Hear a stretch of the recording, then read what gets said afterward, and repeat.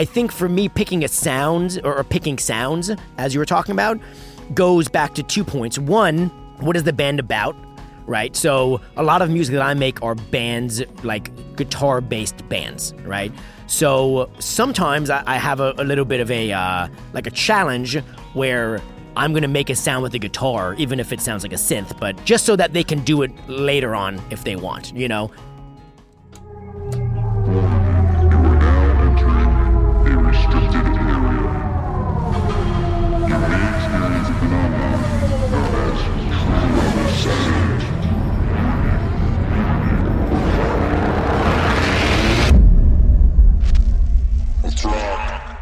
Hey everyone, welcome back to another episode of The Record Process. This week, we are joined by LA-based record producer, mixing engineer, and songwriter Mike Pepe. For years, Mike has worked out of a space inside the famous Barefoot Studios, owned by legendary rock producer and mixing engineer Eric Valentine. Mike has worked with a number of incredible artists over the years, including Taking Back Sunday, Bayside, As It Is, Silverstein, and Morosa, just to name a few. But we sat down with Mike to talk about the story behind a specific EP he helped bring to life a few years back with a West Coast band by the name of Wilder. We get into the heavy amount of passion, dedication, and love that it took to finally finish these songs at a time in the band's career when the future was anything but certain. Mike shares some of the wild tracking experiments that made this powerful release extra special, and even speaks briefly about his role in finding a new home for this record at a label. So sit back and enjoy this interview after a quick word from our sponsors. First, I'd like to thank DistroKid, who has graciously offered to sponsor this season of The Record Process. DistroKid is the most affordable service for independent artists to distribute their music to all streaming platforms, and it comes filled with a suite of tools to help you elevate your career. DistroKid not only allows you to spread your music across the streaming ecosystem, and yes, that includes TikTok, but it also helps you share your story with labels via the Upstream tool. You can engage your fan base using its text messaging feature and even create unique lyric videos. Record Process listeners now have a chance to get 30% off the first year of their membership at DistroKid. Just head down to the show notes and sign up using our affiliate link. We can't wait to hear what you've been working on, so don't hesitate to reach out to us at TrueLevelStudio.com/The Record Process and share your release plans with us for the upcoming year. And next, I'd like to give a huge shout out to Sheet Happens Publishing. They're a company that works directly with artists to create accurate and immersive tab books, vinyl, and other merch that allows fans to get one step closer to perfecting the soundtrack to their lives. I recently had the pleasure of putting together a book with them for my band The Wonder Years, and trust me, they are incredibly thorough and dedicated to artist-approved accuracy in all of these books. Every tab book comes with the accompanying guitar profiles, which is very cool, allowing you to jump right into playing along with your favorites. Head over to sheethappenpublishing.com to check out all of their offerings, and be sure to enter the code TRP15 at checkout for 15% off your first purchase. That's sheethappenpublishing.com, promo code TRP15. So go check out their amazing library of books, and happy shredding, my fellow guitarists. Mike Pepe, welcome to The Record Process. Thanks for being here, buddy. How you doing? Dude, I'm doing very well this morning. Thank you so much for having me on. LA is nice and breezy and 70 degrees this morning, so I had a wonderful walk, and I'm ready to talk about anything. Oh man, well you can't go that broad, you know that, or maybe you don't know Tom and I, but everybody that's been listening probably knows that is a dangerous can of worms to open up, sir. Man, it's like 35, 32 here, and my walk was not as pleasant as yours. Yeah, like a true LA West Coaster. You're just like, yeah, no, I'm okay. It was a little overcast for about 20 minutes this morning. It burned off, but it was still a little chilly for my liking. It dipped below 70, so we'll get through it. But basically anything below 65 I'm kind of pissed about, which is like definitely I've lived in LA for 6.5, 7 years, and that's not how it used to be. Like it definitely, like, you get spoiled here quickly in Los Angeles, very quickly. You know what I will say about that? 100% accurate, because my band The Wonder Years has done multiple records out in LA and like Seal Beach, Garden Grove area over the years. And I remember going out there like for the first record, Suburbia, that we did out there. And we got out there. It was like 70, like middle of the day. We're like, oh my God, this is amazing. And we're like, saw like a beach town, like in Sunset and Huntington. People were walking around with like North Faces and coats. And we're like, what is happening? These people are not okay. Yep. By the time 2 weeks had gone by, like the sun goes down. We're like in the, on the beach or in the house. I'm just like, you're bundled up, dude. Oh no, I should have brought shoes. Flip flops is not not like a 24/7 thing right now. So yeah, you acclimate very quickly. It's true. Quickly, yes. Yeah, I had an artist, this was years ago, but I had an artist here from Seattle just doing a writing session with me for like a week. And I'll never forget because we were writing in my studio and we went out for dinner to just like this Mexican street spot up the street. And it was like probably January, February. It was after Christmas, and everyone was wearing coats. And she asked me, she was like, "Why is everyone wearing coats?" Like she did, and I was like, "'Cause it's cold." She's like, "No, it's not. It's 62 degrees." I'm like, yeah, it's cold, dude. She's from Seattle, so that's like totally. Her, and that was that first record. We did it in January, so we were like, oh man, we're escaping winter. We're gonna be sweating. We're gonna be wearing bathing suits the whole time. And I remember I was like, I'm like, oh, not man, quite. You drop at night that threshold. It's like it sets in way quicker than you think. So. Well, good. I'm glad you're surviving out there, and I'm glad you're indoors for this Barely one. making it, yeah. Because we have called you here to talk about an awesome EP that you put together with a band called Wilder, who are actually also a West Coast band, if I'm not mistaken. They are a Long Beach band, Long Beach, so a little bit south of here, about an hour south. Yep. Yeah, and so the EP that you put together was called Bad Bad Luck. And there's a lot of story and kind of backstory that went into this too. Listen to it, and if you're not familiar, definitely go check it out after this conversation because it is a really cool record. It sounds great, and I think the understanding of how it kind of came to be and the time and place that the band were at in their career is really telling of maybe how a lot of it turned out. So the first thing I want to kind of get a little bit of clarity on is how did you end up coming to work with the band? How'd you meet and connect with them? Yeah, good question, and thank you for the compliments on the record. By the way, I'm a big fan of this record, and it does have some cool stories behind it. So it'll be fun to dig into it. I met them. Actually, I met them through another band I did a record for named Sundressed, who are also on the scene. Yeah, I did a record. I did their last LP for Rude Records and working on we're actually in the middle of working on the next one. And I had done 2 B-sides for Sundressed first, and Nick, the drummer of Wilder, reached out to Trevor and was like, yo, like, these new singers are fucking dope. Like, who did them, basically? And Trevor was like, oh, dude, this guy named Mike. Why don't you come to the studio? Because he was in LA at the time, and like come and bust a hang. And so he did, and Nick and I just got on really well. And he was like, yo, at the time, the band was named Hearts Like Lions, who were on Tooth and Nail Records. That was how this was probably about almost a year before he actually did the record that is out now that we're talking about. And he was like, yo, me and Steven, the lead singer, really want to, have you produce a new record that we're doing on Tooth and Nail. I was like, dude, absolutely.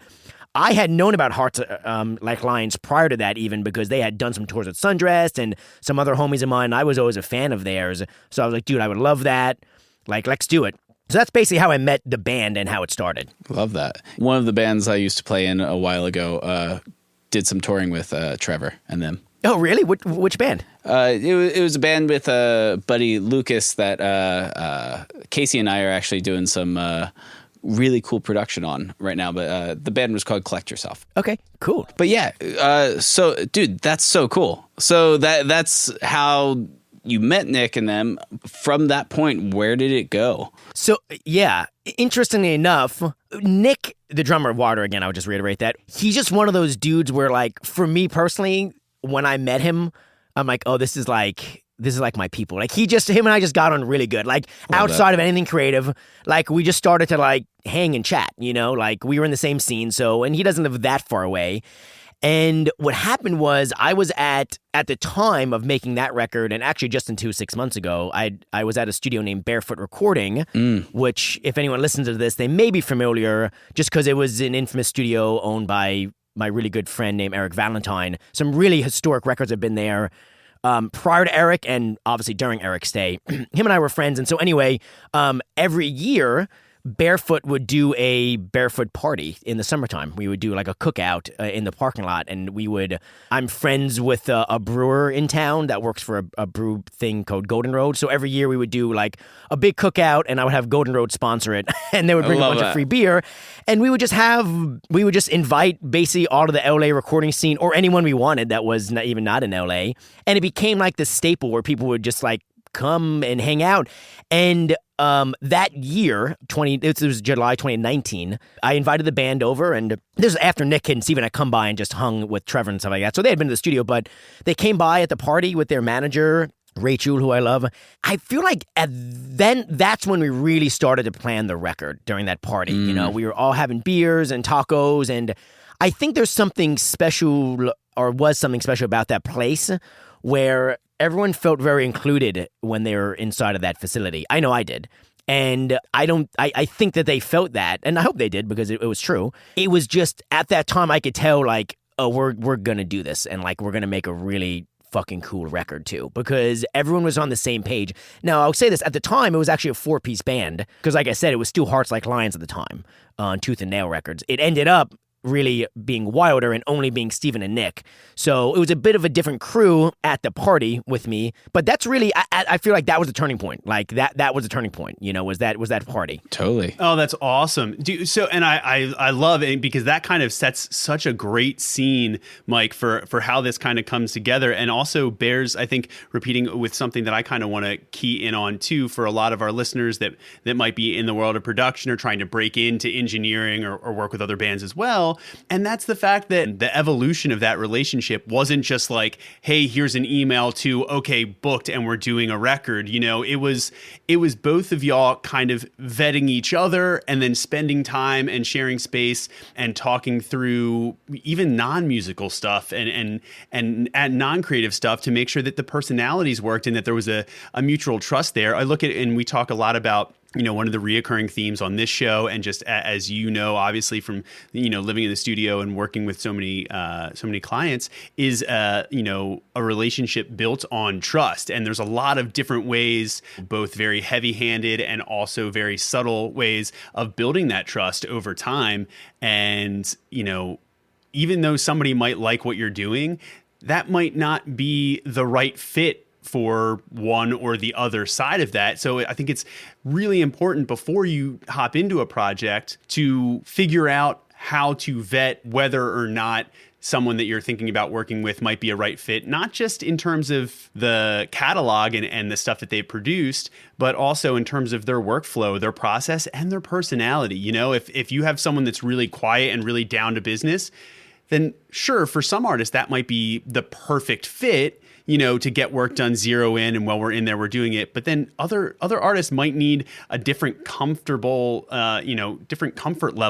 when they're in that environment. And that's kind of something we also want to touch on, is making, you know, artists, musicians, and people you're working with comfortable. And I think a lot of that goes to what you were saying, inviting them to that kind of thing, having them be around, feel like they were a part of it when they were in the studio. And we are definitely going to touch on Barefoot. There's no way you're getting out of here without that. Just know that. That's all good. I love talking about it. That's going to have its whole own thing, because it is, you know, environment also plays a huge role. But before that, you know, you guys all felt and realized that you wanted to get involved together if it's a relationship. There were a series of dates, so to speak, before you really sealed the deal with your first kiss, right? I mean, dude, 1,000,000%. And as a producer, I actually say this to bands because I don't ever try and sell myself, but that's just not who I am. I'm not a salesman. Like, that's not why I do this. I do it because I want to make music with the people that I want to make music with. You know, like, I don't do it because I'm trying to collect money from all these people. Like, I genuinely just want to, because I mean, if I'm being frank, if I'm stuck in the studio with a band that I don't vibe with, it's not a good time for me either. You know, like, it's no one's having a good time. And I always tell artists when I meet with them, or labels or managers or whoever the fuck I'm talking to, I go, listen, my back catalog is only validation that I can do this job. It doesn't mean that I can do this job for this band, you know? We have to date a little bit and figure that out. I hope that I can do that job for this band. I want to be the guy to do the job for the band. But if I'm not, like, everyone can't date everyone in the world either. You know, it's a compatibility thing. It doesn't mean that they're not good or I'm not good. It means we have to be compatible, right? And that's a huge thing. Totally. That's right, dude. Exactly. And that goes so hard to be, you know, like you probably get a lot of different projects that come your way or come under your radar. And sure, there are things that you would like and other things that you maybe don't gravitate towards, but it really starts to feel, you know, like it's more organically coming closer to something that makes sense. And I love the old adage, you know, in like the music and like musician like gig world where it's like there's only like 3 reasons why you would ever take a gig, you know, the money, the music, or the hang, right? You know, and rarely do you get all 3. But it felt like at least to my understanding, I don't know about, you know, the specifics in the budget, and maybe we'll talk a little bit more about where they were at with the label, right? But like, you know, you knew that like the hang was there, and then the music, I assume, was also something that you had a little bit of background heading into. So what did the songs sound like when they came to you, or were they in demo form? Maybe speak to that, you know, that next phase of the process where you started getting, you know, involved with that. Definitely. And that's just to go back just a second for what you just said about the 3 points. My order for those things when I'm deciding which projects I'm going to take throughout a year, it's music, hangs, money. Like that's the order of things. It has to be the music first. Second has to be the hangs, or at least the compatibility issue. Totally. And then third, and for me it's last. For my manager it's probably first, but whatever. For me it's last. It's like whatever, because to be honest with you, if I have the first 2, then we're going to make a great record. And generally speaking, that's all that matters. And I know my manager would definitely agree with that too, because that's the truth, because that's why I do this, is to make really cool fucking music with people, you know? Absolutely. But also you sometimes need those people too, because otherwise we would go out and we would just do all of these things for free. And then they'd be like, well, now you don't have a studio. They cut the power because you just forgot about the third one on the last 10 projects. Right. So yeah, there's a healthy balance and understanding, and you sometimes have to take things, or just like any other career, right? Like where it's not you're not going to get all 3 every time at 100%, you know, so it's juggling that for a quality of work and a quality of life balance. Totally, man. So anyway, so I did what I prefer to do, which is, like I said, drive down to the rehearsal space and sit with the band. You know, we had some beers. We did it for a couple days. We went over like the 8 songs that were, you know, in contention, if you will, and whittled it down to, you know, the 5 that we knew we wanted to do. We knew this was going to be an EP, 5 or 6 songs. I would say they were 75%, which is more than I expect. You know, if I can get a solid 50% out of the bands when I show up, that means we're doing pretty great. You know, from the start, I went down there and I'm like, okay, these songs are like 70, 75%. This band knows what the fuck is up, you know? And they had, you know, they've made a record before, you know? This isn't their first time, that lent itself to that, right? Yeah, so I won't say that it was exactly what's on the record, because it's not. We definitely changed things, and we add, more than anything else, we added parts. Like, the arrangements were pretty tight. I want to say I definitely cut out, you know, okay, let's put a chorus here instead, and this stuff, like pretty basic arrangement stuff. It was more working out the parts, and also Steven has a really unique voice, and getting the right keys of the songs too. I remember that was a big thing. That was something that I don't think their last producer had really worked with them a lot on, where I really drove that home. Tempo and key was huge, you know? Yeah. Why don't you speak to that? Because this is always something that Tom and I are also very big on in the early stages in getting these things right. And I think a lot of, especially younger artists, even if they've made records before, you know, sometimes that aha moment is, for a singer especially, realizing, oh, I've just been writing songs too low. Like, my voice and the register that I sound best in is actually up 2 whole steps, or, you know, and what they can do with finding the top of the range and the bottom of the range and putting it in that sweet spot. What does that process look like? And especially, you know, with this band, because it's the 2 of them, and that's a big part of the way it came out, right? Yes, for sure, yeah. For me, it's not only about the lead vocal, but also, hey, if we're in this key, what are harmonies going to look like? Is it possible to do high harmonies if I want that? And this is stuff I'm thinking about even in the rehearsal space, right? Because I'm starting to think about record production, stuff that, you know, the band honestly isn't thinking about, nor should they really be thinking about, honestly, you know? So it's sort of like, okay, well, this is a great key for the lead vocal, but this is the top of your range, dude. So that means the chorus is only have low harmonies in it. Like, is that tight? Like, let's think about that. Or do we need to drop it down a step so that we have the allowance to get you up on a high harmony, on a high third or something like that? That's stuff that I think about all the time. Yeah, and also, and we're making those, those concessions and being like, hey, we can't put, that rip and high harmony over it, but your voice sounds way better, and I need the lead vocal to be at its breaking point, to really sell that moment. Yeah, totally, and making all those choices. Right, so making that choice. Right, so making that choice, and that's something that I really drive to, and that was something that they hadn't done before, at least not in pre-production as early as I did, We drove that home hard. Because like I said, Steven has, if you listen to the record, has a unique voice where he has a higher register in general, right? So a lot of his songs, I think he was writing as high as he could go because he's more of a soprano sort of guy, So I'm like, okay, well, can we go down a whole step? How does that sound? Like the last song on the record, Hang Up, was one that I lowered like a whole step because originally it was higher and I wanted to have all these gang vocals, and at the end of that song we have all these big harmonies come in and this big moment where the strings happen, and I wanted to match the stuff, and I kind of knew the production that I was going for that song. And so, to their credit, they trusted me where I'm like, dude, I have a vision for the end of this song and I need you to be able to get there. But if we get there in verse 1, then I don't have any room to run in the last, by the time we get to the outro, Dude, totally. Such a huge like pillar of an idea there too. Yeah. To leave yourself room and kind of start with the end in mind, and or almost like start and reverse engineer some of that stuff, because a lot of times bands are like, I need it to sound huge, like I want this to sound huge, but then where are you gonna go like 2.5 minutes later if you want that to go over as well? So true. Yeah, well, and also so then just a quick, because obviously as a guitar player and having played for so many years and made so many years with a band, and a singer who can belt the hell out of, the top of his range, and honestly do some scary loud things to a compressor, through a vocal train. I bet.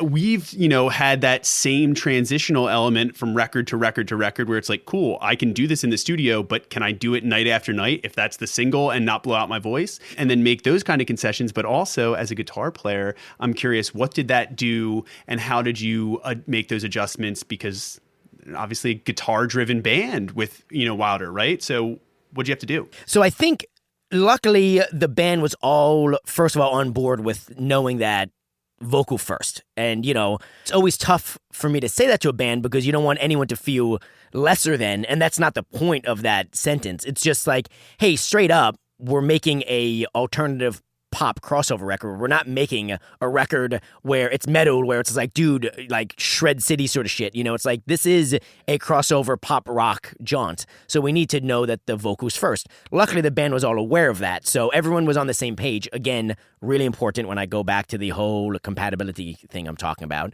Yeah. Everyone knew that and was on board with that. So pretty much, and Steven also plays guitar in the band, so that helped too because he's the singer. So good, he can get out of his own way. He can get out of his own way, exactly. Yeah, really, what we did was a lot of drop tunings and capoing stuff, where it just made it easier. And thinking about the set list, I think he was thinking like, what's easier for me to like. If I have a one guitar set to this tuning that does these two songs and one guitar with this cable that does two, you know what I mean? So we kind of dealt with it that way. But I will say that there was a couple of times on that record that we did, because there were a lot of like riffy parts on the record, like where, and where the, with rather than like chords with a riff, sometimes riffs just don't sound good in certain keys. It's this is why I asked, because this is the age-old back and forth debate where you're just like, your singer's like, well, can we just lower it a half step? Be like, no, you play that riff with a capo on the first fret, not happening. Get out of here, right? And also, I love that you mentioned bringing the live component into it and thinking through like 3 steps ahead. When we get out of the studio, we're going to have to not only play these songs live, but also play them in a cohesive string together. And what's that going to look like? Well, yeah, because I feel like if the band gets on the road, which they are currently actually touring this record, it's like if they go on the road and every night they're like, why the fuck did we do this key? Like, why didn't Mike do this to us? Like, I don't want that either. I don't want them to be pissed a year later when Steven's like, dude, I just can't do this every night. We have to lower a half step or a whole step or something like that. Like, I want to be thinking about that. I want to push the band, but I also want to be thinking about, every band is going to have their borders and boundaries. That's okay. There's nothing wrong with that. Working with what you have is half of what we do. So, I was aware of that. While it's not the first thing on my list, it's something that I do ask about. Like, are you going to be able to do this every night? And if they say, yeah, no problem, like, okay, tight. Like, it is a question I ask at some point in the process, for sure. Love that. That's awesome. And I will say there have been times with Wonder Years too where you go and make a studio magic choice where you're just like, hey, let's do this the octave up if you have it, because it'll be so ripping. But then it'll also be totally fine if you guys play it in the standard tuning as well. If it's like, no one will realize live if it's the difference of a half step, it'll just for the recording. And we've done a few of those things too. That's what Taking Back does, actually. They play pretty much everything a half step down live. Yeah, Taking Back Sunday that you've also Taking Back Sunday. Yeah, I've worked with them. Yeah, and they pretty much play everything a half step down live nowadays. I think they've been doing that basically so that in the studio we have some room to run there, and then they're not as worried about it. That's something that I've actually passed on to a few bands, like, because Taking Back is obviously probably half the bands I work with, one of their favorite bands, right? So I'm like, well, Taking Back does this, so like if they do it, then you definitely can pull it off too, And that's a real story, I'll be honest. Wonder Years started out playing in drop D, and I now rehearse multiple record sets to an entire detuned discography that's in drop C. There we Here go. we are over the course of 15 years. Yeah, there's nothing wrong with that, dude. Yeah. Nothing wrong with that at all. So yeah, by the time I had gotten to the rehearsal spaces to go over the songs, that was actually I want to say it was November 2019, and at that point was when the transition started. So this is an interesting part of the story, which is, remember when I had met them, it was early in 2019, and then they came to the studio and hung out with Trevor and us, and then it was July when they came to the party, and all this time it was option 2 for Tooth and Nail. Well, roll around to fall 2019, things had soured with Tooth and Nail. The budget we had laid out and everything basically just lit it on fire, right? It was no longer a thing. And at that point, Rachel, their manager, was sort of like, listen, like, we're not trying to bait and switch here. Like, this is just what it is. We understand if you want to move on. And my first reaction was like, no, dude, no, we're doing this. Like, I don't give a fuck what we have to do. Like, this record's happening with me and these guys. Like, we're not, like, this, there's too much synergy here and the songs are too good. And we've already gone further enough where it's like, this is working. So we'll figure it out, was my answer, And we did. And the way we figured it out, actually, was I did the record with just Steven and Nick, because at that time, like I said, the other two members had departed after the label thing ended, and there was a whole we won't even get into all the drama because it's not my drama. It's not my tea to spill, if you will. But basically, they had to change the band name because Tooth and Nail wouldn't release their rights to the band name and all this stuff. So it was definitely a big moment for the band, and they were, I think they can probably attest to this, they were feeling a little down and out, actually. Like, man, we lost our second option. We lost our band name. We lost two of our members. Like, you don't feel great in that moment, especially when this is supposed to be the sophomore follow-up, which is typically for a label, they start pumping money into a band around then. You could probably attest to that, Right, yeah. You don't feel like you're cruising in with a hot load of momentum, I'm sure. The opposite, probably, yeah. The opposite, probably. So I said, listen, we're doing this album. This is the core team, us three right here, and Rachel, their manager. Like, this is all we need to do the album, And like I said, to their credit, they trusted me. We did the record actually indie. Like, they didn't have a label funded. They found the money basically to the cent that we had laid out the budget for from Tooth and Nail. And I told them I have a really strong relationship with Rude Records, who has Sundressed and a couple other acts that I've worked with. And I was like, I'm going to shop. I've never done that per se, but I'm going to shop you to Rude. I really think there's something here, And long story short, I hate to like fast forward to the end, but I know there's other stuff to talk about, but it worked. I mean, we did the record and I gave it to Rude and they signed them almost immediately. They were like, this is amazing. We want to be a part of this, ASAP. And it was, and that was in 2020. So even more credit to Rude there, signing a band when knowingly that they can't put the record out or tour it. They were like, this is great. So It was one of those things where I think ride or die sort of thing. You know what I mean? It's like, yo, I love these guys. I love their music. Like, I'm not walking away from this, and I'm not going to let you walk away from it either. You know, like we're doing this record together. And it was a really beautiful experience. And I think it's only a testament that it worked, which obviously gives us all validation. But beyond the validation, it just goes to show, like, following your gut in that moment. Like, I could have very easily said, you know, I love these guys. We can be friends, but this isn't going to work. Like, all good. Like, let's catch you on the next round. But I was like, nah, dude, like, and they were same thing. They were down. They were down for whatever plan that I really had in my head to make this work. Yeah, that's so incredible. And I think such a testament, like you said, to the idea of believing in yourself and believing in the people that you choose to bring into the family and collaborate with. Yeah. You know, where if there's a world where you say, nah, like if there's no label, and I've seen, and heard producers do this, like, no label, I don't want to be involved, sure. Like, cause it's like, it's not going to get a push. It's not going to get the time of day. It's not going to get the marketing dollars and full rollout. And there's truth to that, but also what you're expressing is like you had already been there in the saddle working with them, knew how good it was flowing, and they felt the same way. So they also collectively could have just been like, oh man, no label. Okay, no shot, whatever. We'll pack it up. Instead, they were like, no, we've got to figure this out. And where there's a will, there's a way. And aren't y'all glad, and the collective world, and also Rude, that you did push through, because you made something really special that I probably was, colored and almost driven by saying, well, this is truly for us, because we don't know what's on the other end. So we got to, just do this one for us first and foremost. Totally. And it gave me chills thinking about that, actually, just because it's true. Because I remember making the record with them, there was a sense of like, this has to be the defining record for these guys, because they just lost everything they had built over the last 7 years.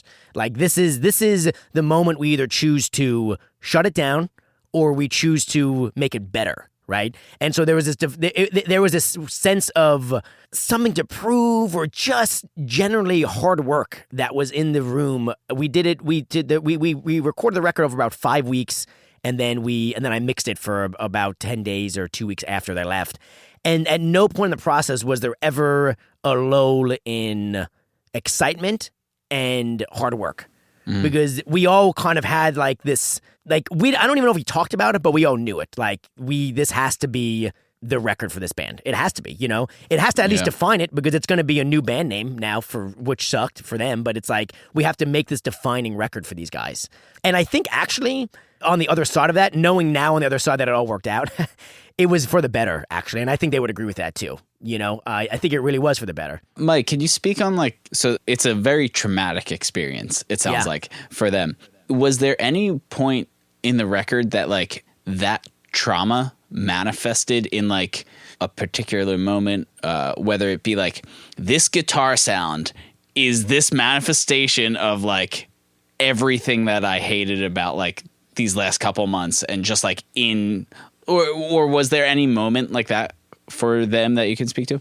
Absolutely. I'm glad I was saying before we hopped on actually recording that I had listened back to their record last night and made notes on it.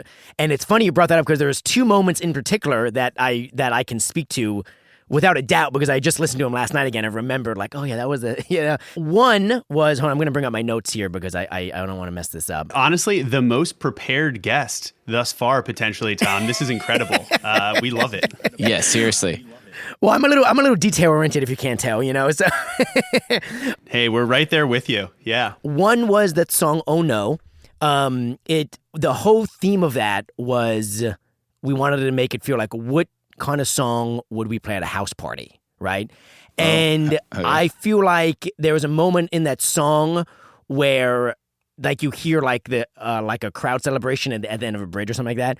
And I remember them being like, this is like us celebrating that we're fucking doing this. You know what I mean? Like, we wanted to put this on the record because we're like stoked about this. We're not going to be beaten by this. We're happy about it. And we want to do like this, literally loud crowd hooray noise, because we're stoked about this album and that we're going to come out better for it. And I thought, well, that's pretty fucking cool. We're definitely doing that now, and I'll make it work. Even though I thought, I don't really know where it's going to fit on this song, but like, sure, I'll make it work. Like, whatever. And the other moment was at the end of Hang Up Again with that huge outro with strings and all this stuff. Oh, this light just turned off. 1 second. You're good. Was basically saying like they wanted to feel larger than life. And they wanted to be this moment on their set where it felt like that. And they wanted to be bigger than what they had just come from. And I remember that was why it was a bit of, a cerebral conversation, I think it all lent itself to like, because the theme of this album really was simplicity, like nothing should be there that doesn't need to be there, right? And that was something that they were coming from on their last record that wasn't the theme. It was sort of like kitchen sink sort of shit, you know what I mean? Throw everything at it. And my is always like, I'm more of a Rick Rubin guy, which is like, I'm going to take things out before I add them. The end of Hang Up, which is the end of the album, was the opposite. We wanted like 16 bars of just, we want to be bigger than life. We want everyone to know that we overcame whatever we just came out of. And so those two moments really stick out to me as being the defining what you're talking about, which is like the experience that we came out of informed those sections of the songs. Yeah. I love that. Yeah. Yeah. That's so cool. I always love when parts of life blend in to the record process. Yeah. Sorry, had to do it. Had to work that in. How to do it. Wow. It feels great. No, but I love when that works its way into it, and like that informs so much about the songs, that informs so much about like how detail oriented you are listening to the band, listening to their feelings, and how that translates to the sounds that ultimately hits everyone in their ear holes. Absolutely. And I think my thesis on making a record with a band should be that it, at least to some level, a cathartic experience. It should be, because otherwise, I fear there may be a disconnect between the songs and life. Now, I'm not saying like, I always use the example of that song What Sarah Said by Death Cab, right? That's just a story that Ben Gibbard came up with. But I don't doubt that recording it was very cathartic and very special to him, because he was singing about something that a lot of people probably experience, even if it wasn't his experience. He still spoke about how it was a very cathartic experience. I feel that making a record probably needs to be that. At least it can't be that every single day, because otherwise you just get bogged down by that, right? Yeah, but it has to have. But you have to inject that somewhere into the process. Yeah, of course. And I kind of make a point of that when I'm talking about songs and lyrics and stuff like that. Like, well, how does this relate? Like, where's this coming from? Is it just a story you're coming up with? If it is, that's fine. Let's talk about the story. What does it mean to you? Did it stem from some other thing? Like getting to the core values of what the record is, and then kind of creating a thesis for the album before we start. Like, example would be a great example. Again, this record, the thesis was really overcoming what they had come out of, and less is more. Like, those are the two things that we all agreed on before the record started, that this record would be about. The reason I do that is so that at any point in the process, if people start to stray away from those thesis points, I can point back to say, remember 2 months ago when you started, this isn't serving that purpose. And we all agreed that this is the purpose. Now, we can change that at any point, but everyone needs to really be okay with that, right? Of course. Kind of like the end of Hang Up. So we're like, okay, well, this isn't serving the thesis, but that's okay, because this is our moment to do that. But we're all aware of that. And we kind of almost like saved some of that extra shit for that part of the record. Yes. Oh, dude. Wow. Well, so first of all, I'm going to rewind real quick, because I love and really truly resonate. We're putting it in the show notes. I already made a note of it. What Sarah Said, because that song, if you listen to it, whether you're a Death Cab fan or not, and you don't get chills and don't see the entire imagery play out like this entire like melancholy drama and feel the colors and energy of that story that he's telling, then there is a severe lack of imagination, or you are just have completely lived sheltered and under a rock, and it will hit you at some other point in your life, because that's incredible. And pulling out what I like to say, the fact in the fiction, pulling the fact into the fiction and really getting inside what elements from an imagery standpoint, a setting standpoint, and the motivations of your characters, or, the perspective that you're telling a story. And I think, Mike, what you are touching on right now is wholeheartedly where Tom and I thrive when it comes to living inside the process and working with an artist, and it is getting inside the conceptual nuance of it first and foremost. And like you mentioned, and I love, you alluded to that gang vocal spot and the energy and the place that it came from and what it symbolized, and whether that was the intention at first or that's how it came to be and be felt. There's an infinite number of sounds that you can use, especially nowadays, as a band, as a producer, that are at your disposal. So how do you narrow that down to find out which ones are in there? And this is what Tom and I always come back to, letting the song and the ethos of that and the values and the message of the song dictate how you bring something in. So this is the thing where I love to run with too, where if you find something, you say the song's about this, I want to, reference this lyric here, but pull something in. That might just be enough to give you I'm going to go find like this soundbite of a clock because it has time, and I'm going to fuck it up. You're not going to know it's a clock, but I knew it was a clock, and it gave me that inspiration to go find it and arbitrarily pick something out. And then the songs that you do in those productions in turn have wonderful stories and backstories behind them, and even more meaning to the artists and the people that put them together. And I think those are the ones that really stand the test of time, whether or not an audience knows what's under the surface, Yeah, I saw that. I was going to say something. Love that. Yeah. Oh, yeah. I totally agree with that. Yeah, for sure. I'm like a massive Cure fan. I actually have Robert Smith tattooed on my arm. Yeah. But one of my favorite records, like probably of all time, is Disintegration, because I've been listening to that record for like 20 years. And every time I listen to it, especially in headphones, there's something about it that I didn't notice the other 100 times I've listened to it, right? It's something that Robert Smith is probably very aware of. He knows every single sound in that record. But for a listener that's listened to it literally, like I said, for 20 years, I still to this day hear things in that album that I didn't hear after listening to it 100 of times. Now, that's obviously a very particular case just because of how massive that record is. But the same overarching idea that is in that record, I think, can be brought to any production for that matter. I think for me, picking a sound or picking sounds, as you were talking about, goes back to 2 points. One, what is the band about? Right? So a lot of music that I make are bands, like guitar-based bands, right? So sometimes I have a little bit of a challenge where I'm going to make a sound with the guitar, even if it sounds like a synth, but just so that they can do it later on if they want, I have a bunch of weird pedals and shit that make the guitar sound like a Mellotron or make it sound like a Moog or, not to say that I'm against bringing keyboards in the studio, by the way, I'm not, but it's kind of a nice challenge sometimes. But like, well, this is a guitar band. I want sort of like a synthy Mellotron thing in the right ear in verse 2. Why don't we do that with the guitar and play the chords, and I'll just kind of pan it to the right and put this Mellotron pedal on. So it really just depends on the band's thesis. Some bands I work with don't want to put keyboards at all because they won't be able to do it live, mind you. Wilder has some Moog. I did use some keyboard stuff on that record, like actual Moog on there, because they were okay with that, doing a couple little backtrack things, and the bassist that they were going to be playing with having on tour was able to play a keyboard, so that was fine. But I really want to make sure as a producer I'm always serving the band and making the best record that band should be making, right? Like there's moments where I could say like, oh, I'm just gonna pull out X, Y, and Z and just use it on your record because I know it's the right thing.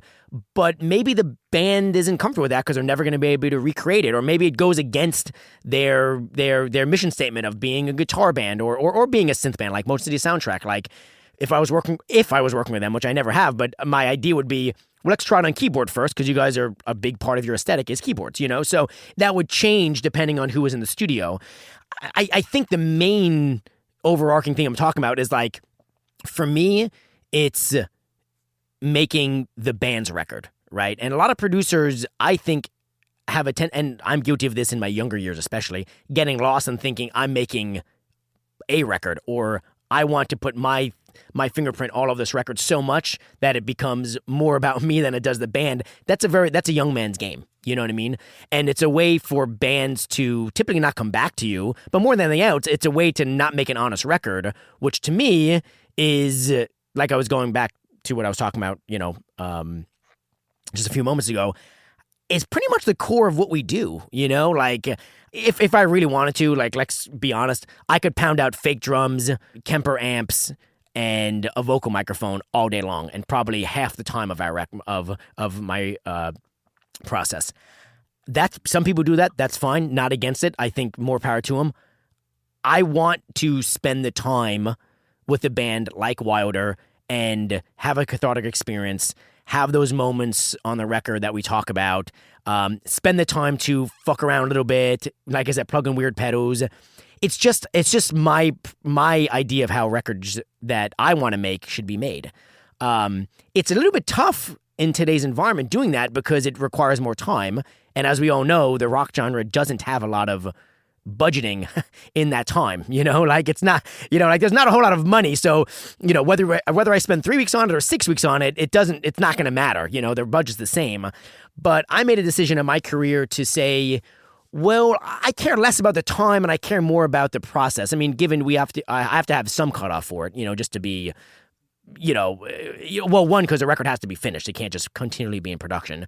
And two, because, there is a reality of the situation, which, like you said, I have to pay my studio rent and stuff like that. So I can't work on a record for a year.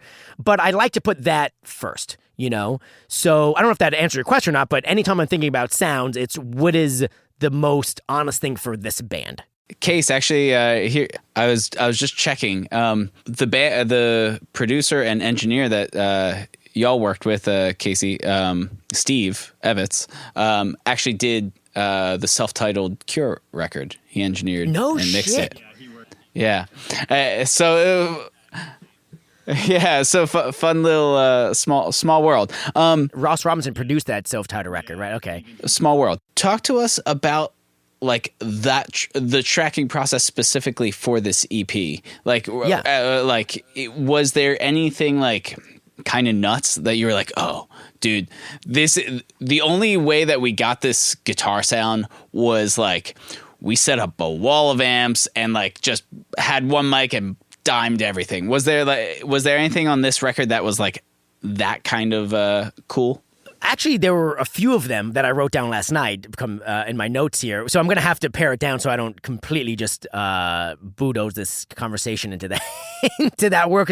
This record, I mean, I think I said it earlier. I think we tracked for 5 weeks and it's 5 songs, and then I mixed it for about 10 days afterwards. So, and that was because I really wanted to, like I said, this record was really important to everyone. Not that other records aren't, but I really wanted to make sure we had the time. And that was the time we had laid out initially. So I'm like, well, that's the time we're doing. So having said that, we had time to do a lot of really weird shit on this album and a lot of fun things, which is when I start to, like, to me, get the best out of the performers on the album and also just the best out of myself when I'm allowed the time of time, So on Biting My Tongue, that song was super intense because the bridge of that song is, when you listen to it, it goes through all these movements, right? So it starts super tiny with one vocal, and then we add in another vocal in the background, and then we add another guitar, then we add in another voicing on a group vocal, and then another guitar. So things are constantly changing in that bridge. And eventually it turns into this big seance part with the group vocals, and then there's like 3 Stevens doing different vocal parts, and then the guitars have evolved to a point where it's getting kind of insane purposely, I literally can't tell you how many amps I plugged in for that fucking bridge of that song to figure out because it was difficult because there were all these movements, right? I split it in my head. I split it into about 4 particular movements, right? Where it was like beginning, middle, climax, end, right? That's kind of how I scripted it in my head of how I wanted this bridge to move. And the guitars and the vocals had to inform that, right? Because that was really the things that were evolving the most. Like the drums came in, but the part was sort of like something that sort of evolved slightly, but generally speaking, it was the tonal instruments that were happening to this big crescendo. So I'm sure the guys must have been going like absolutely bonkers after hours on that bridge trying to figure it out because I really wanted these parts to feel like we were moving, you know? So it was difficult because it's like, oh, well, that guitar sounds great. I'm like, well, yeah, but is it like the right thing for part 1 or part 3? Like, you know, okay, well, that guitar sounds the biggest, so we're going to put that in the crescendo. But now that we have the biggest thing, where do we go to the smallest thing? How do we get that, you know, that like trying to find that juxtaposition. And then I had Steven try all these different vocal parts and counter melodies. And then I decided eventually, oh, actually, I want this crowd vocal, but I don't want it to be like a gang vocal. I want it to be like this seance part. So it's like, it's kind of creepy and eerie. And, yeah. And if you listen to headphones, it kind of starts earlier than you think it does, you know, and it's all the way panned to one ear and it kind of happens in your left ear. And then all of a sudden it's stereo. And then we get this, I set up the seance in the hallway at Barefoot outside of my room with an Omni microphone. And then by the end of it, I had us do it in the lounge, which is, no one's been there that we're talking to, but it's a really big lounge, right? We just say that. And I switched it to like this multi-microphone thing. So you literally get like this hallway sound on this Omni microphone at the beginning. And then by the end of it, we're in this big lounge with like 6 microphones all set up like a tree. So there's this physical, like more audio gets dispersed to the listener as this bridge keeps happening, you know?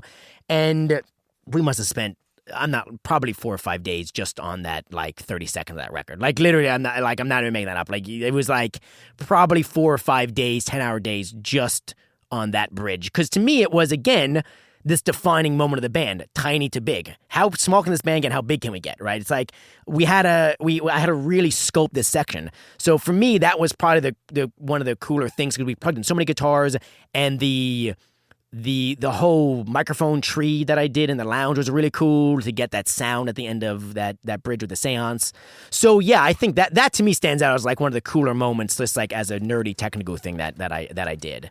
Oh, that's awesome. Do you we're gonna leave the timestamp for that in the show notes for sure. Okay, so anybody cool. that listens down to this can just kind of like go right there and hear exactly what you're talking about, because it sounds awesome. It's a very cool part. But now I think even me, when we're done here, I'm going to go listen to that and I'm going to be like, oh yeah, totally. Yeah. That's 5 days right there, and it's worth it every single minute. I hope so. It was for me. Like it was one of those moments where I'm like, you've had this experience, I'm sure, where like you imagine something and then when it's done, you're like, this is exactly what I thought it was going to sound like. This is sick. Do you know what I'm saying? Like, because sometimes you have an idea. It's like, well, that's kind of it. We got 90% there and it's great. But that's one of those moments like that is unequivocally exactly what we wanted, and we got there. And it wasn't because we didn't spend time on it. That's for sure. Like, you know, we're talking a whole work week's worth of time put into that bridge almost, you know? Yeah.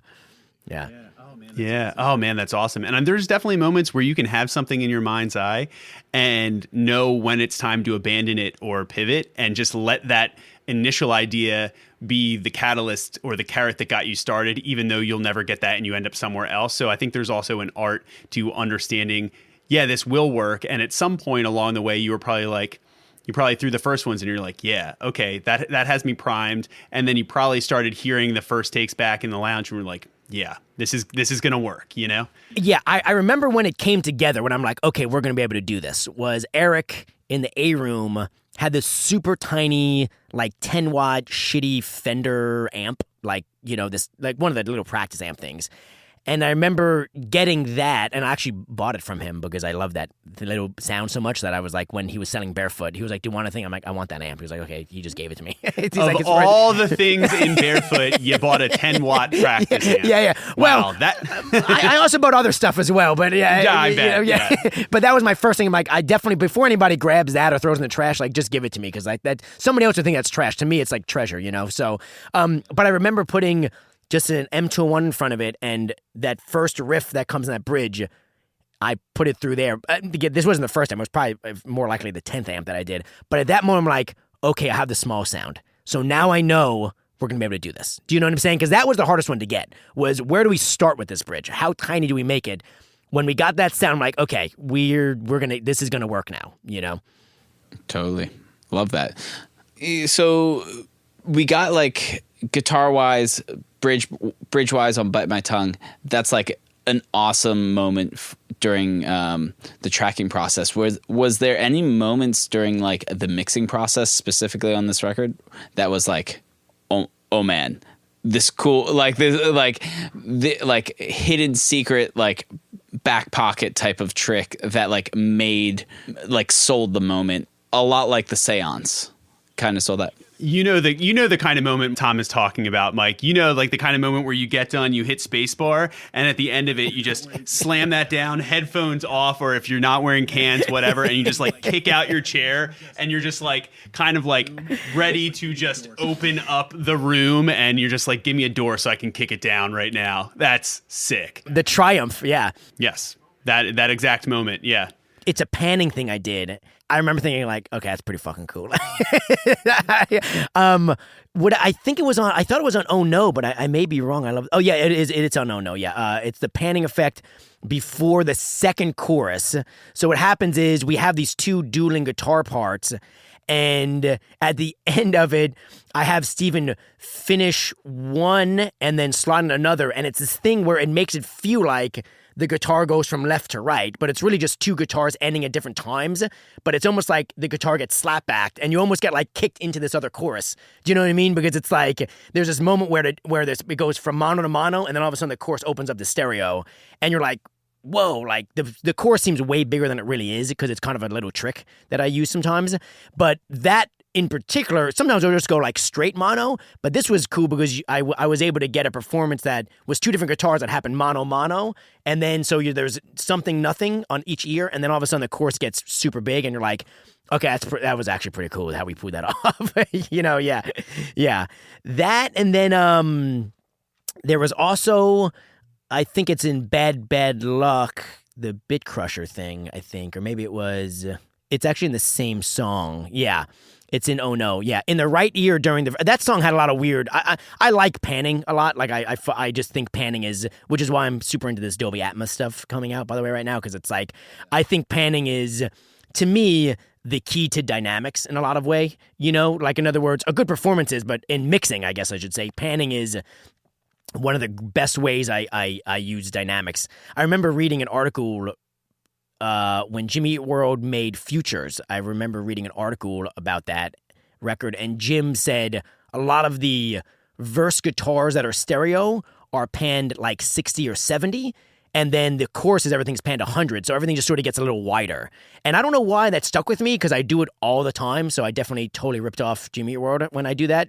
But I think it stuck with me because I was so young, and it was like, I got it. Like when I did that on my little laptop at the time, I understood. All of a sudden, I understood panning. You know what I mean? It was this years ago, right? So I think that's why it stuck with me.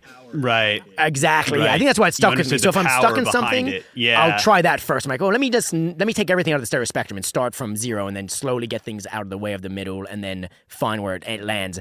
And so on the verse of that, there's this guitar that only happens in the right ear. And it's this bit crushed guitar. This is a good example of where, like, I didn't want to use a synth, and I wanted him to be able to play the riff. So it's the riff of the the first verse, but it's played through a bit crusher where everything sounds like Nintendo, like 8-bit Nintendo. And it's cool because this pedal I have, you can change it everywhere from 16-bit all the way down to 2-bit. It's like an analog pedal. So there's a video of me somewhere where he's playing the riff and I'm on the floor, like slowly modulating the bit rate of this guitar part. And you get this kind of like, it's just constantly changing and evolving. So you have this stagnant guitar in the left ear in the mix that's holding down the part in the left ear, like not I think it's like 60 or 70% pan.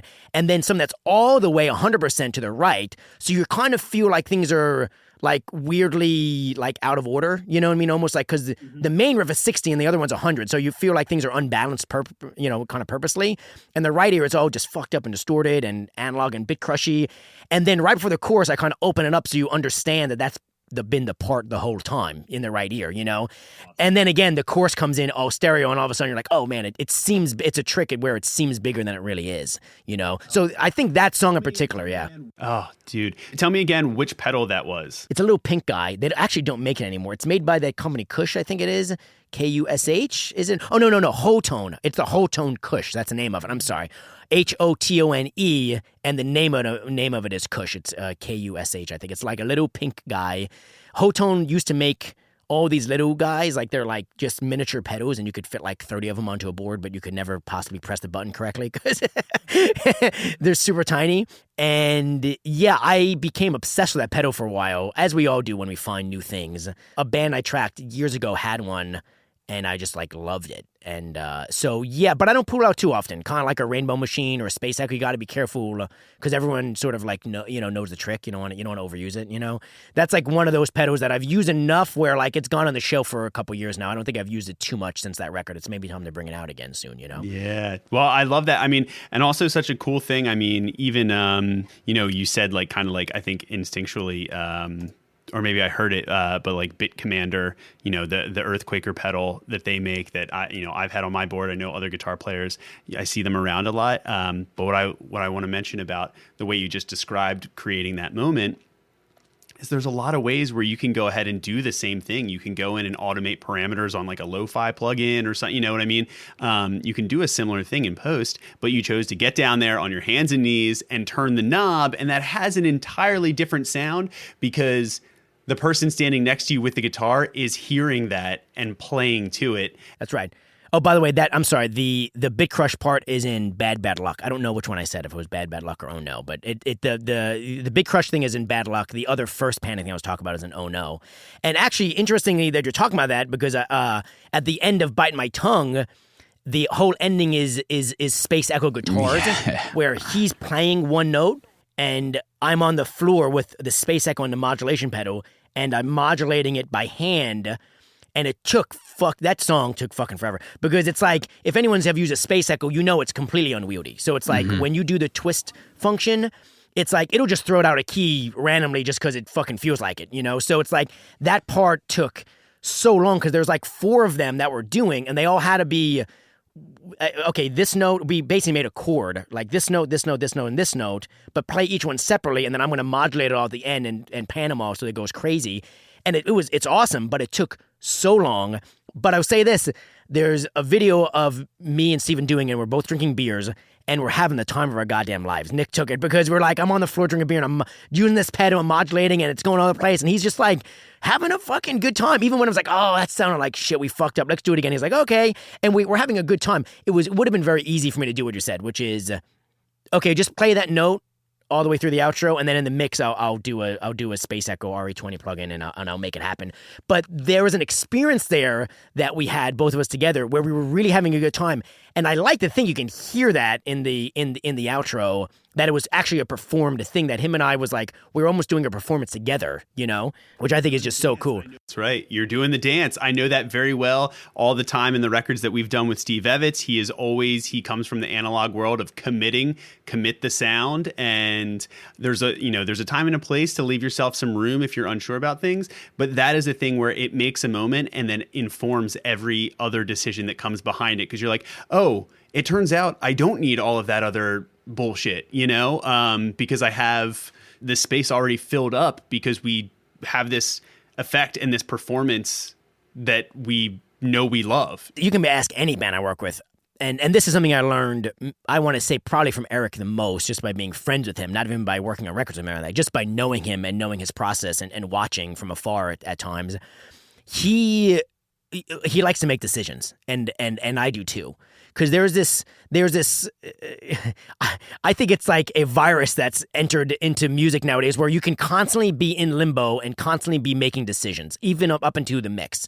And that's fine. There should be that. But I don't want to be wondering which reverb I should put on the guitar on mix day. Like, we should have decided that, We need to make decisions as producers. We need to be like, this is the part, and this is dope, and this is what we're doing. Sometimes the band doesn't have the foresight to see that, and that's okay, because hopefully they trust you, but you do, right? I remember a great example of this is actually with one of my friends. His name's Scott Solter. He's done some wonderful records. He did some stuff for St. Vincent and Lost in the Trees and Epitaph and Spoon, and he's just a great human and a really wonderful producer. But I remember watching him mix a song once. This, again, we're going back probably a decade now, literally. And, oh no, I'm sorry, not mix song. He was producing a song, sorry, for Lost in the Trees. And I remember he ran this girl's harmony through some ODQ he had, and he lopped off like literally, I think, at like 4 or 5K, where it was just like this super like, lo-fi, dark, fucking female vocal. And I asked him, I was like, what if you don't like that later? He was like, I will. I'm like, okay, well, that's a pretty good fucking answer. You know what I mean? Like, there was no hesitation. Like, and in that moment, he was basically saying, like, even if I don't, I will. I'll make it work. Like, this is what I want from the production. Do you know what I'm saying? Yeah. Right, and I think that comes with confidence, that comes with getting reps, and then also walking through, and I can totally relate to this as well, even seeing the progression of the last 10 years where I've really started making a lot more records, and Tom as well, and we've, fed off of each other and worked with each other, collaborating on different projects from different sides. And I used to kind of have choice paralysis where I'm just like, well, I don't know, I want to leave all my options open. And then I realized, A, projects never got finished, and B, when you get past that hurdle of you have the first few times where I'm like, oh man, I overcompressed the crap out of that vocal on the way in. Well, I got to figure this out, I got to make it a vibe. I got to do something. And then you realize, oh yeah. If it really went wrong, it's like, hey, we figured it out. I just said, hey, man, you got to come back in the studio and do this. I'm sorry, it's on me, right?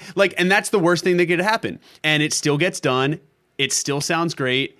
And you figure it out. And I think the more times you go through those, I'll call them mistakes, you realize that, hey, maybe it's not always a mistake. If you like it in the moment and it's distorting or clipping an input or clipping a pre, then that's the sound. You're not going to go back and just, then maybe even steer further into that and just shave off more and make it a thing. And that's kind of what he was talking to with that, where you're just like, yeah, no, I do like it. And if I decide to go back on it, I can't. So I either take it out or do something different. It's always kind of forward, never backwards in its own way. 100%. I think there is, work, the Water Records are a great example of this, is, we are, as a producers, we're kind of almost like the maestro of getting these moments down on, I'll call it tape. I'm putting air quotes in my, because it's I don't know what else to call it, Stu, now is, I don't, whatever. But we're getting these moments down on tape, right? And some of it is we're having to get somebody there, a really famous story Eric used to tell me was he used to, every time before a big vocal day, he would take the singer out for breakfast and just talk to him, and eventually would get around to asking him about what the song's about and this and that before they even got in the studio. So the guy's mind was already on what the song was about, kind of sneakily, but he's already thinking about it before he gets to the studio, right? Before he steps in front of the microphone, so that he's in the right frame of mind. I do that all the time. I love going out for dinner with the bands and just discussing the record, but also discussing sneakily what I'm planning on doing next when we get back after dinner. You know what I mean? So I can kind of sneak that in the conversation. So when the moment arrives, it doesn't seem so foreign. They're like, oh yeah, we already talked about this over Thai food. Oh, that's coincidental probably is what they would think, right? But it's getting them in the right frame of mind. A lot of what we do is, it's a mental game for sure. I think if you can get into the head of a band, that regardless of what gear you're using, you're going to make a great record. I could make it on a fucking laptop if I had to, if I could do that. In the end, it doesn't matter. Because as a producer, we're worried about performances and the honesty of what we're trying to capture. As much as I would love to think this, an API preamp does not make anybody do that. You know what I mean? It may make me happy because I love how it sounds, but the reality situation is if a vocalist is not doing a good performance, it doesn't matter what I have them through. It only starts to matter when I get the performance I want. At that moment, I get to make the choice of what is it going to sound the best through. That's right. What I always like to say too is preamp, a microphone, it can't sell 10 million copies of a record on its own. No, it never has. It never has. Yeah. I actually, this isn't about the Wilder record, so I probably shouldn't stray too far off path. But I remember I was doing a song with Taking Back. It was called Just a Man. It was a B-side. And the studio we were at, because we weren't doing it at my studio, the studio we were at had just gotten some of those Cappy preamps. Do you know those guys? Yeah. They're really cool. I love how they sound. But I wasn't used to them yet because I have API pre's that are 3124V, so they have the gain stage, and then they also have the level adjust. Those Cappies don't have that, so they're old school APIs where you only have the gain stage, right? And I remember I did a vocal take with Adam, and I was still adjusting the Cappy pre, kind of learning it because I I met it about 8 minutes ago, and it distorted, like straight up, it just distorted because we were still just basically getting warmed up and stuff like that. But when we were editing the vocal, we ended up using that take because it just sounded fucking cool, and it was like that. And Adam and I were like, I mean, that's kind of the take though. Like, I don't know why. It just is. Like, the chorus sounds tight. Like, whatever harmonic distortion that was doing at the time really agreed with that chorus. And so we ended up using that, even though they were like technically better takes, where like, oh, this is a cleaner preamp, this or that. Like, that take that we used was the one. And it wasn't a question in the room of which take was the best, It was almost like we were learning the studio together really quick, and we were trying to get down stuff, and he just sort of did this vocal performance that was fucking amazing, and I was tracking it, of course, and that was the take that's on the record, so it's stuff like that all the time. And the Water record has a ton of that stuff too. I wrote down some mistakes that were made on the album that actually made the album because I thought they were so cool, Well, honestly, that's a perfect thing. Let's hear one mistake or two, and that'll be a perfect way to take it out, because part of what we kind of always say is steer in and make more mistakes, and that's kind of how you learn, right? Either on your side of the glass as a producer, but also as a band, right? Making mistakes in terms of like song arrangement, writing, figuring out what you do and don't like, what you are and aren't good at, and so. But that's a beautiful moment, and I love those especially as a vocalist, that the story with Adam that you told, that I admittedly is not the first time I've heard an engineer have like a horror story, like get thrown in the driver's seat, replaced for somebody, and they just blew the one thing. I mean, I've heard guys talk about like doing that with like Springsteen and or like Bob Dylan, and they're just like, dude, they're gonna come in and do like, you get like 1.5 takes at best, and these guys are like, that's it, like that's the take, and you're just like, yeah, but like I was adjusting the knob in the middle of it. It's like, I don't care, figure it out, that's the take,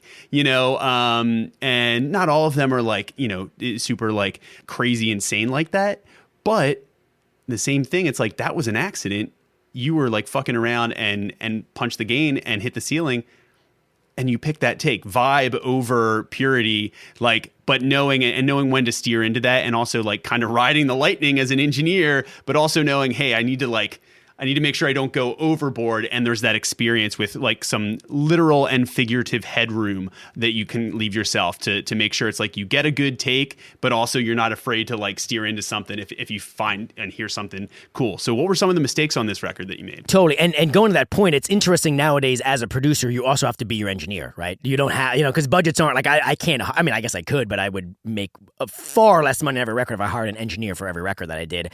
So, but I mean, I'm a nerd, so I like that stuff, but it's interesting where it's like the mistakes I'm going to talk about is basically me being a producer and for the moment taking off the engineer cap because I'm producing the record, and then I'm like, oh fuck, that's right. I'm like, there's all these things, these technical things that are also happening in the background, and it's easy to, I don't want to say forget, but it's easy to like ride one line and be like, one or the other, for and if I'm going to ride a line, I'm always the producer first. So it is, and so we have these mistakes sometimes that aren't necessarily bad. So one of them that I completely forgot about until I listened in headphones to this record last night was on the first song, See Through.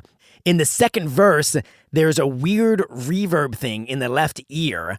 And I totally forgot this was a thing. So I'm like, and I kind of started to smile when I listened to that last one. I'm like, holy fuck, it's funny the things you forget when you don't listen to an album you produced for, a year and a half or whatever. And I was like, oh, I forgot.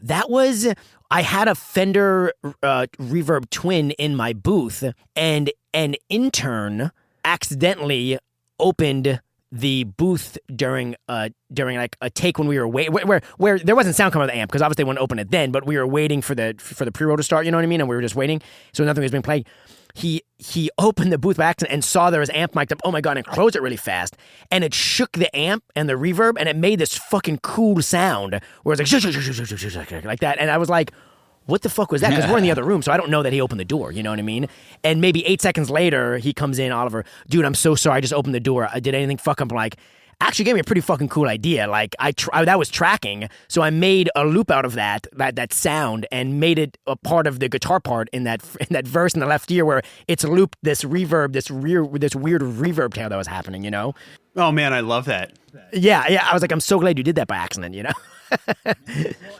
Dude, well, actually, that reminds me of like a very similar story. When I was tracking one of our Burst and Decay like acoustic reimagined EPs with Wonder Years, we were doing an updated acoustic arrangement of the song Washington Square Park.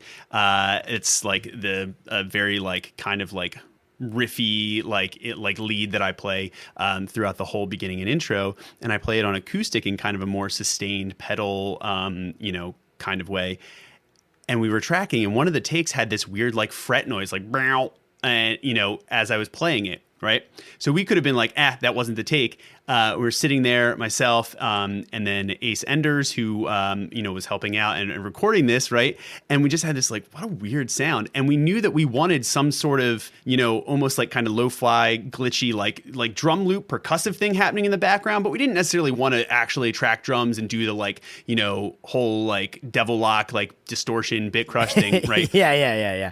So we actually took that little fragment, like did like a pitch down and created a loop so that anybody that's listening on Washington Square Park, the Burst and Decay version, that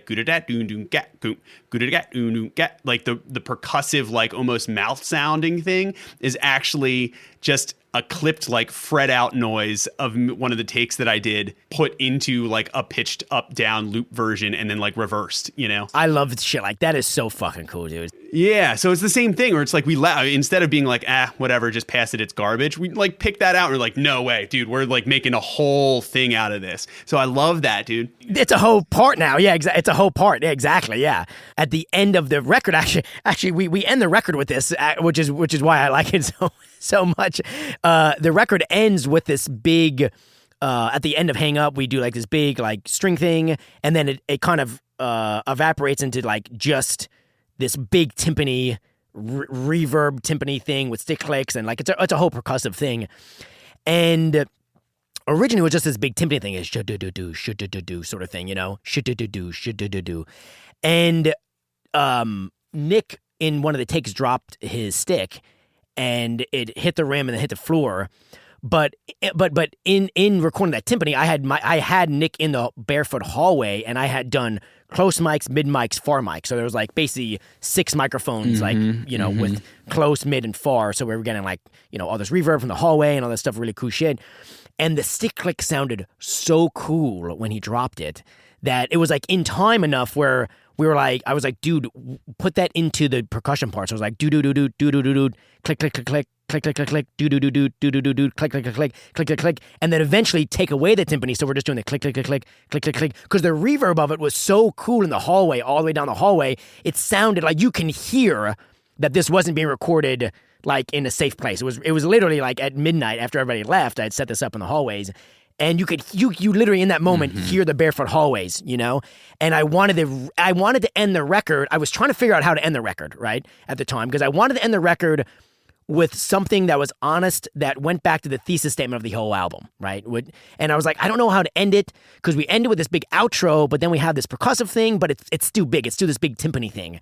And when he did that, I'm like, dude, that's so cool, because it's just this tiny stick click sound, but you can hear this big space that we were recording it in, And it became this weird personal thing where it's almost like you're watching Nick, where you're solely watching Nick in this big room play the stick thing just by himself. And it was like the perfect way to end the record, because it's personal but still has the ferocity of where we recorded the record at, And it was like, I don't know, I wouldn't have hit on that if he hadn't dropped the stick. There's no way I wouldn't have done that, because I didn't know the sound, Wow, what a beautiful way to wrap it all up, man. What a cool story. I love that. So easy enough, when you get to the end of listening to this record, look out for that, and you'll be able to teleport yourself to right where you guys wrapped it all up. Mike, dude, this has been unbelievable. What a cool walkthrough. We can't thank you. I mean, we could certainly talk to you. We'll have to have you back, I think is what I'm trying to say. But I am so sure that our listeners have at least gotten something out of this. And if they didn't, then take the earplugs out or turn the volume up, because there was a whole lot of knowledge dropped here.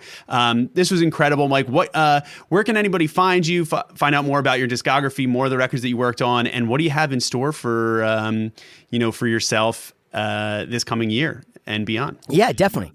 First of all, thank you guys so much for having me. This has been a blast. I love talking about this stuff, and it's so cool to talk about it with people that get it, right? That are into it the way that you guys are. So kudos. This has been a blast.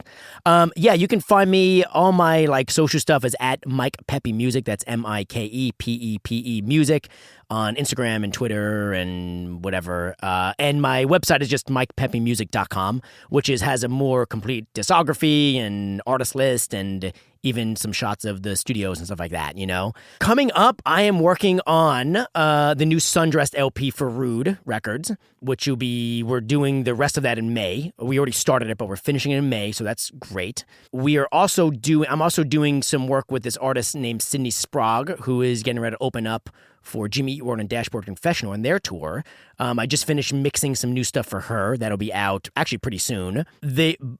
I'm starting back up with Wilder actually in the fall time, well, we don't have dates yet down, but they're passing demos back and forth. So we're going to do another record for Rude, so that's really exciting. Yeah, and well, there's a bigger band that is on the count. I can't really, say it yet. Totally. There's another that's going to be a big part of my year, but I can't really say what that is yet. I don't think they'd be very happy. Tease it. You won't drop a hint. I'd rather keep the gig than lose it. So I think I should probably just back off. Hey, you know what? That is totally fair enough. We won't twist your arm any further. I appreciate it. But yeah, so my year's getting really booked up, and again, I'm very blessed and lucky that I get to pick and choose what I work on. Most people don't get to do that. This one thing I'll say, and I'll leave it with this, and I never take this for granted.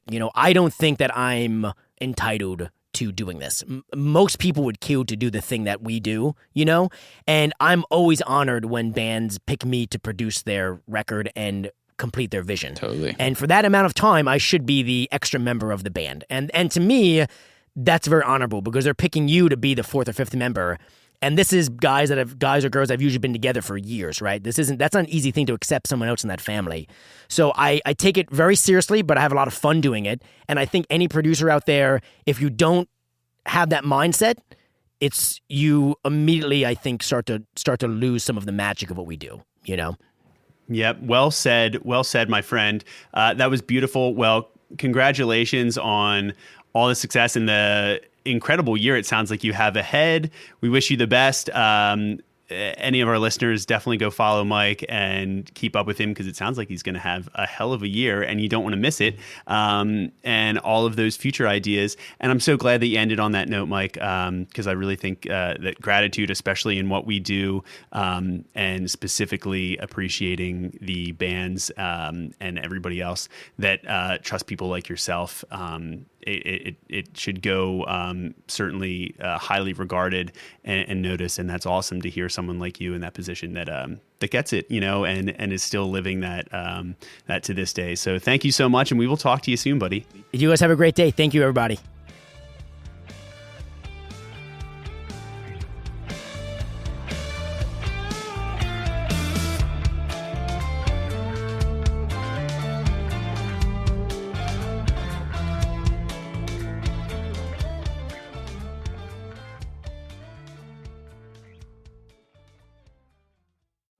It is people like Mike that constantly remind me how lucky I am to get to do this and to get to do it with people like Tom, to get the chance to sit down and speak and share space and hear stories from people like Mike. He is an incredibly genuine personality. Obviously, I hope that came across. I have no doubt it did in that last hour. It was such a testament to the idea that where there is a will, there is a way. And even when it seems like the support is not coming from a label, from a manager, from any semblance of breaking ground or breaking through, him and the band believed in these songs so much, they collectively knew they had to make it happen. And I think that's how so much great art gets made, not because it's convenient, not because the opportunity falls into your lap, but because there is an itch that just needs to be scratched. And what Mike shared with y'all is such a brilliant example of that. So I hope you enjoyed it just like I did. I hope you feel reinvigorated and reinvested in whatever it is that you're working on right now, because I know I did. Go like and subscribe to the show. We say it every time, and I will keep saying it until the last episode, because that is really how other people can start to benefit from these stories, by you passing it along. We need you to continue in this chain letter, so to speak, of stories that are being shared. And that's the whole idea behind it. So I hope you enjoyed it. Go have a wonderful week, and we will see you next time on The Record Process.